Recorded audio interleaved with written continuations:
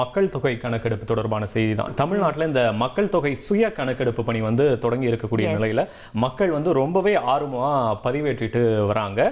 குறிப்பா 31ஆம் தேதி வரைக்குமே இந்த தங்களுடைய செல்போன் அப்புறம் கம்ப்யூட்டர் மூலமா பொதுமக்கள் வந்து தங்களுடைய சுய விவரங்களை வந்து இணையதளம் மூலமா பதிவு செய்யலாம். அஞ்சலி, ஓகே, அடுத்து நம்ம குதிரை பேரம் தொடர்பாக இப்போ புதுசாக ஒரு புகார் வந்து கொடுத்துருக்காங்க அதிமுக. அதை பற்றி தான் நம்ம பார்க்குறோம். குதிரை பேரம் தொடர்பாக அதிமுக சார்பில் சென்னை டிஜிபி அலுவலகத்தில் ஒரு புகார் கொடுக்கப்பட்டிருக்கு. லஞ்ச ஒழிப்பு துறையில் புகார் அளிச்சோம், நடவடிக்கை எடுக்காததுனால டிஜிபி கிட்ட புகார் கொடுக்கப்பட்டிருக்கிறதா அதிமுக தரப்பில் சொல்லப்படுது. அடுத்த செய்தி வைகோ, அதாவது என்னன்னா ஒரு பெரிய தவறை பண்ணிட்டோம் அப்படின்றாரு. என்ன சொன்னார் அப்படின்றத பார்த்துருவோம். 2006 அதிமுக கூட்டணியில் இருக்கும்போது அப்புறம் 2017 திமுக கூட்டணியிலும் இணைந்தது வந்து தன்னுடைய வாழ்க்கையினுடைய மிகப்பெரிய அரசியல் தவறுகள் அப்படின்னு தான் வைகோ தன்னுடைய வருத்தத்தை தொடர்பாக தெரிவிச்சிருக்காரு. தொகுதி பங்கீட்டில் திமுக தரப்பு வந்து கடுமையான நிபந்தனைகளை விதிச்சது மட்டும் இல்லாமல் உதயசூரியன் சின்னத்தில் போட்டியிட கட்டாயப்படுத்தியிருக்கு அப்படின்னு கூட ஒரு குற்றச்சாட்டையுமே வைகோ வந்து முன்வைத்திருக்கிறாரு. ஓகே, இப்போ அடுத்த ஒரு அதிர்ச்சி ரிப்போர்ட்டை நம்ம பார்க்குறோம். இப்போ தமிழகத்தில் வந்து கடந்த வருஷங்களை கம்பேர் பண்ணும்பொழுது நீட் தேர்ச்சி விகிதம் அப்படிங்கிறது சரிவை கண்டிருக்கு. எவ்வளோ பேர் வரைக்கும் அந்த சரிவு நிகழ்ந்திருக்கு அப்படிங்கிறத பார்க்குறோம். இப்போ திரையில் பார்த்துட்டு இருக்கோம் பாருங்க. கடந்த வருஷம் பார்த்தோன்னா 76,181 பேர் வந்து தேர்ச்சி பெற்றிருக்காங்க. இதே இப்போ நடப்பாண்டில் பார்த்தோன்னா 61,306 பேர் தான் தேர்ச்சி அடைஞ்சிருக்காங்க. கிட்டத்தட்ட 14,875 நம்பர்ஸ் வந்து குறைவா இருக்கு. ஸோ அதன்படி பார்க்கும்பொழுது கடந்த வருடங்களை விட தமிழகத்தில் நீட்ல தேர்ச்சி விகிதம் அப்படிங்கிறது சரிஞ்சிட்டு வருது. ஓகே, இப்படியாக நீட்டினுடைய தேர்வு முடிவுகள் வெளியாகி இருக்கல. இது சம்பந்தப்பட்ட மாதிரி ஒரு அறிவிப்பு வந்திருக்கு. என்னன்னா தமிழகத்தில் எம்பிபிஎஸ் அப்புறம் பிடிஎஸ் மருத்துவ படிப்புகளுக்கான சேர்க்கைக்கு விண்ணப்பிக்கிறதுக்கு வந்து வரக்கூடிய 23ஆம் தேதி தான் கடைசி நாள் அப்படின்னு அறிவிக்கப்பட்டு இருக்கிற தொடர்பான அறிவிப்பை மருத்துவ கல்வி இயக்குநரகம் தற்போது வெளியிட்டிருக்கு. ஓகே, அடுத்து வந்து நீட் தேர்வு முடிவில் வந்து தமிழகத்தை சேர்ந்த ஒரு மாணவர் வந்து முன்னிலை வகிச்சிருக்காரு. அவருடைய இந்த தேர்வு முடிவு என்ன அப்படிங்கிறத நம்ம பார்க்குறோம். விழுப்புரத்தை சேர்ந்த வெங்கடாபதி வேலாயுதம் அப்படிங்கிற மாணவர் தமிழக அளவில் முதலிடம் பிடிச்சு சாதனை படைச்சிருக்காரு. இவரோட மதிப்பெண் அப்படின்னு பார்த்தோம்னா 720க்கு 705 மதிப்பெண் பெற்றிருக்காரு. தமிழகத்தில் முதலிடம், அதே மாதிரி தேசிய அளவில் 12வது இடம் அவருக்கு கிடைச்சிருக்கு. அடுத்த செய்தி, இந்த சிறை கைதி சபரிவர்மன் மரணம் இருக்கு இல்லையா, தொடர்பான உடற்கூறாய்வில் பல்வேறு அதிர்ச்சி தகவல்லாம் வெளியே வந்திருக்கு. அது தொடர்பாக தான் பார்க்க போகிறோம். என்னன்னா நாகர்கோவில் சிறையில் கொடூரமாக தாக்குதலுக்குள்ளான கைதி சபரிவர்மன் வந்து மூச்சு திணறி உயிரிழந்திருக்கார் அப்படின்றது வந்து பிரேத பரிசோதனை அறிக்கையில் வந்து அம்பலமாகி இருக்கு. குறிப்பாக சபரிவர்மனுடைய மூளை அப்புறம் அதனுடைய இரத்த நாளங்கள்லாம் வீக்கம் இருந்தது கூட பிரேத பரிசோதனை அறிக்கை மூலமாக கண்டறியப்பட்டிருக்கு. அஞ்சலி, இது மட்டும் இல்ல, அதே பிரேத பரிசோதனை அறிக்கையில இன்னும் பல தகவல்கள் வெளியாயிருக்கதை பார்க்கிறோம். அவருடைய தலையினுடைய மேற்பகுதி அப்புறம் அந்த கழுத்தினுடைய பின்புற நடுப்பகுதி இந்த இடங்கள்லாம் வந்து ஆழமான ரத்த கட்டு இருக்கு அப்படின்னு சொல்லி ரத்தம் கட்டி இருக்குன்னு சொல்லுவோம் இல்லையா, இது வந்து இருந்திருக்கு. அதே மாதிரி அவரை வந்து கை காலை வந்து கட்டியிருக்காங்க, அதுக்கான அடையாளம் இருக்கு அப்படிங்கிறதும் சொல்லப்படுது. இதனால இப்ப இவருடைய இந்த உடல் உறுப்பு மாதிரிகள் அப்புறம் திசுக்கள் இல்லை இது எல்லாத்தையுமே சேகரித்து பகுப்பாய்வுக்கு அனுப்பணும்னு சொல்லி இப்போ முடிவு பண்ணியிருக்காங்க. இதற்கான அடுத்த கட்ட விசாரணை அப்படிங்கிறதும் தொடங்கி இருக்கு. அடுத்த செய்தி, இந்த கைதிகளை விடுவிக்கிற தொடர்பான ஒரு கொள்கை வகுக்கணும் அப்படின்ற தொடர்பாக தான் ஒரு உத்தரவு பிறப்பிக்கப்பட்டிருக்கு. என்னன்னா குணப்படுத்த முடியாத நோயால பாதிக்கப்பட்ட அப்புறம் வயதான கைதிகளை வந்து முன்கூட்டியே விடுதலை செய்யணும், அதுக்கான கொள்கைகளை வகுக்கணும் அப்படின்னு மாநிலங்களுக்கு வந்து உச்சநீதிமன்றம் வந்து ஒரு உத்தரவையும் பிறப்பித்திருக்கிறது. இந்த பழனி கோயில் நில விவகாரம் தொடர்பான ஒரு செய்தியை தான் நம்ம அடுத்து பார்க்கிறோம். ஒரு இடையீட்டு மனு அப்படிங்கிறது தாக்கல் செய்யப்பட்டிருக்கு. இந்த இடையீட்டு மனுல என்ன சொல்லியிருக்காங்க அப்படின்னா, அதாவது 100 கோடி ரூபாய் மதிப்பு இருக்கக்கூடிய இந்த பழனி கோயில் நிலம் சட்டவிரோதமா பதிவு செய்யப்பட்டது, பத்திரப்பதிவு செய்யப்பட்டது அப்படிங்கிற வழக்கு.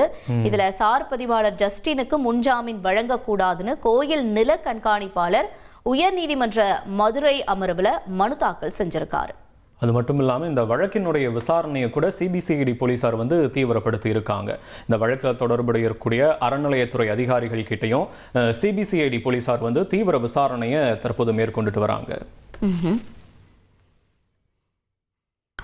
அடுத்து இப்போ கள்ள நோட்டு விவகாரம் அப்படிங்கிறது வந்து தலை தூக்கி இருக்கா என்னன்னு தெரியல. அது சம்பந்தமான ஒரு செய்தியை தான் நம்ம பார்க்குறோம். சென்னையில் இருக்கக்கூடிய இந்த திருவள்ளிக்கேணி அப்படிங்கிற இடத்துல இருந்து கள்ள நோட்டு அப்படி புழக்கம் அப்படிங்கிறது வந்து கண்டறிஞ்சிருக்காங்க.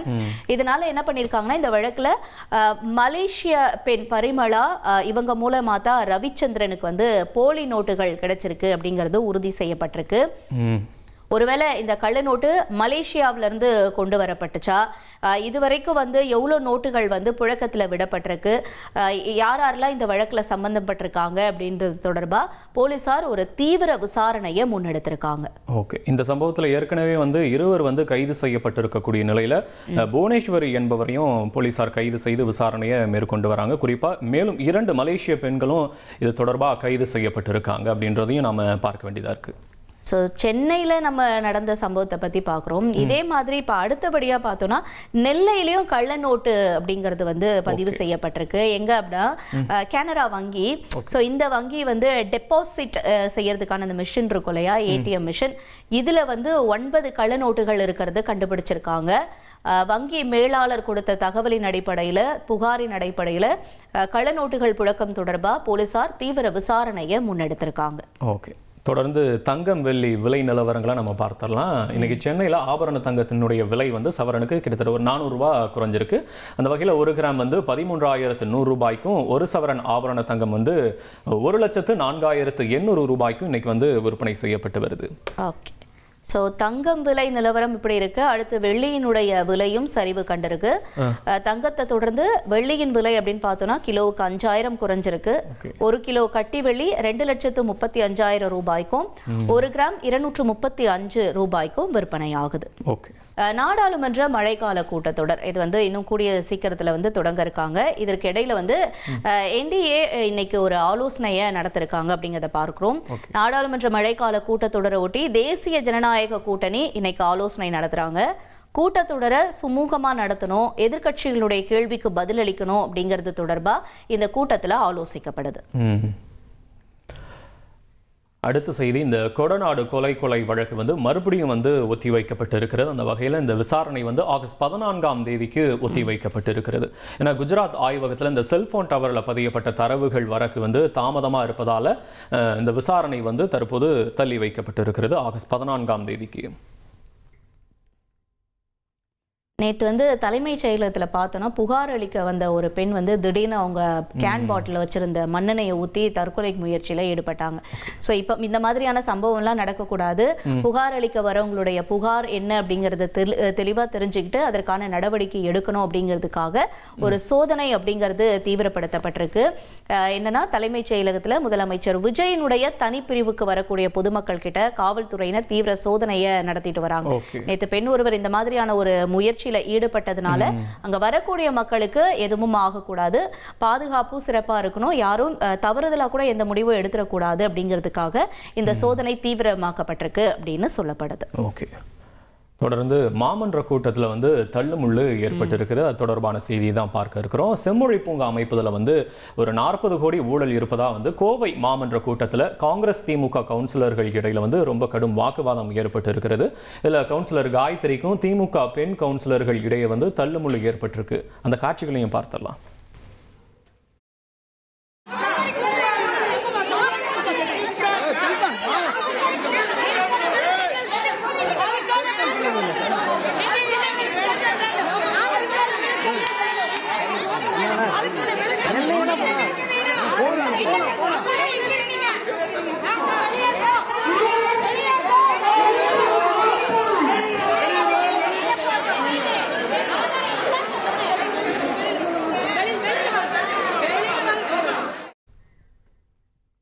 ஸோ இப்போ இந்த மாதிரி தள்ளுமுள்ளு ஏற்பட்ட சம்பவத்தினால 5 கவுன்சிலர்கள் வந்து சஸ்பெண்ட் செய்யப்பட்டிருக்காங்க. பார்ப்பதற்கே நமக்கு வந்து ஒரு பதைப்பதைப்பை ஏற்படுத்துகிற மாதிரி இருக்கு இந்த தள்ளுமுள்ளு. மாமன்ற கூட்டத்தில் இந்த மாதிரி ஒழுங்கினமாக நடந்துக்கிட்ட புகாரில் 5 கவுன்சிலர்களை வந்து 2 மாதங்களுக்கு சஸ்பெண்ட் செஞ்சு மாநகராட்சி மேயர் ஒரு அதிரடி நடவடிக்கையை எடுத்திருக்காங்க. ஓகே. நெல்லையில் நடந்திருக்கக்கூடிய ஒரு சம்பவம், ஒரு பெண் வந்து அடிச்சு கொலை செய்யப்பட்டிருக்காங்க. இந்த வழக்கில் இளைஞர் ஒருத்தர் கைது செய்யப்பட்டிருக்காரு. நெல்லை மாவட்டம் முக்கூடல்ல ஒரு பெண் அடிச்சு கொல்லப்பட்ட வழக்கில் இளைஞர் கைது செய்யப்பட்டிருக்கார். இந்த கொலை எதற்காக நடந்தது அப்படின்னு பார்க்கும் பொழுது 9 சவரன் நகைக்காக பெண்ணை வந்து அந்த இளைஞர் கொலை செஞ்சிருக்காரு அப்படிங்கிறது விசாரணையில் தெரிய வந்திருக்கு. மேலும் இந்த கொலையில வேற யாருக்காவது சம்பந்தம் இருக்கான்னு போலீசார் விசாரணையை தீவிரப்படுத்தி இருக்காங்க. ஓகே. அடுத்தும் குற்ற செய்தி தான். என்னன்னா, ஒரு நபர் வந்து கஞ்சா செடி வளர்த்துருக்காரு வீட்டுக்கு முன்னாடியே. எங்கன்னா சென்னை வேப்பேரியில் தான் வளர்த்துருக்காரு. யாருன்னா, ராஜஸ்தானை சேர்ந்த ராஜ்குமார் என்பவர் வந்து தன்னுடைய வீட்டுக்கு முன்னாடியே வந்து கஞ்சா செடி வளர்த்துருக்காரு. வீட்டினுடைய குப்பை தொட்டிலிருந்து ஒரு 8 அடி உயரம் கொண்ட கஞ்சா செடி வந்து கண்டு எடுக்கப்பட்டிருக்கு. இந்த நிலையில தான் போலீசார் தொடர்பாக வழக்கு பதிவு செஞ்சு விசாரணையும் மேற்கொண்டிருக்காங்க. அடுத்தபடியாக நம்ம பார்க்கக்கூடிய செய்தி வந்து பெங்களூர்ல நடந்த ஒரு கொடூரமான ஒரு சம்பவம். அதாவது காதலிக்க அந்த பொண்ணு மறுத்த பெண்ணை வந்து கொடூரமா ஒருத்தர் வந்து நடு ரோட்ல வெட்டிட்டு அங்கிருந்து அந்த இளைஞர் தப்பி ஓடுறாரு. இதுல விஷயம் என்னன்னா, அந்த நபர் அந்த பெண்ணை வெட்டிட்டு தப்பி ஓடுறத அங்க இருக்கிறவங்க எல்லாருமே போன்ல வீடியோ எடுக்கிறாங்களே கண்டி தவிர அந்த நபரை வந்து தடுக்கணும்ன்ற முயற்சியில யாரும் இல்லை அப்படிங்கிறது ஒரு வேதனை தரக்கூடிய விஷயமா பார்க்கப்படுது. தனியார் நர்சிங் ஹோம்ல வேலை செஞ்சுட்டு வந்த 21 பெண்ணை அவருடைய உறவினர் அப்படின்னு சொல்றாங்க. இந்த நபர் வந்து காதலிக்க மறுத்ததுனால கொடூரமா வெட்டிட்டு தப்பி ஓடி இருக்கான். இந்த நபர் பேர் வந்து சேத்தன் அப்படின்னு சொல்லப்படுது. நம்ம திரையில பார்த்துட்டு இருக்கோம் இல்லையா, அந்த நபர் தான். இப்ப இந்த நபர் தொடர்பா தனிப்படை அமைச்சு போலீசார் தீவிர விசாரணையை நடத்திட்டு வராங்க. தொடர்ந்து இந்த மாதிரியான குற்ற சம்பவங்களை தடுக்கணும். அதே மாதிரி வந்து நம்ம வீடியோ எடுக்கிறத தாண்டி அங்க இருக்கக்கூடிய மக்கள் ஏதாவது ஒரு உதவியோ இல்லை அந்த சம்பவத்தை தடுக்க முயன்றிருந்தாலும் இது இன்னும் கொஞ்சம் நடந்திருக்காம போயிருக்கலாம் அப்படிங்கிற ஒரு எதிர்ப்பு குரல்கள் கூட எழுது.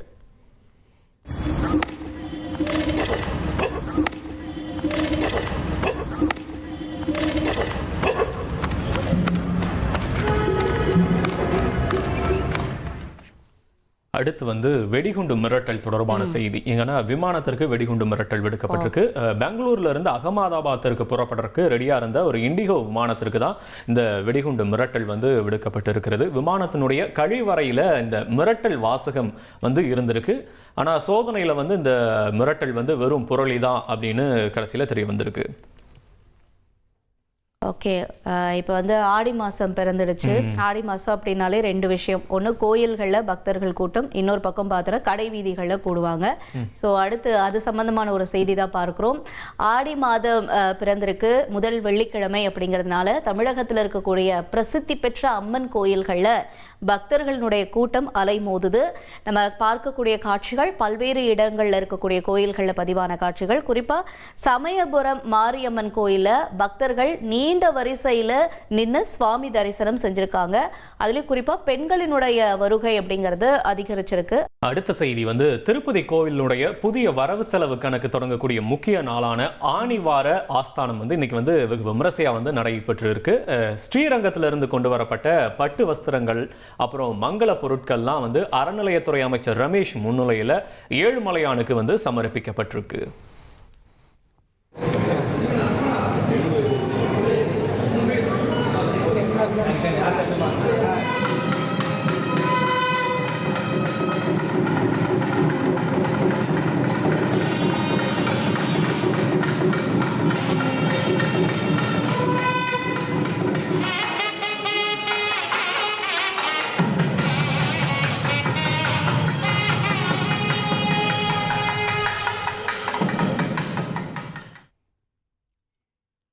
ஓகே, அடுத்தபடியா சமீப காலமா ரொம்ப எதிர்பார்ப்பை ஏற்படுத்திட்டு இருந்த இந்த உலகக்கோப்பை கால்பந்து ஃபீஃபாவினுடைய இறுதிப் போட்டிக்கு வந்துட்டோம்.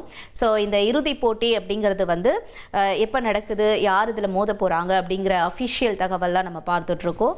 இறுதிப் போட்டியில முதல் முறையா அர்ஜென்டினாவோட ஸ்பெயின் அணி நாளை மறுதினம் நள்ளிரவு பல பரீட்சை நடத்துறத பார்க்கிறோம்.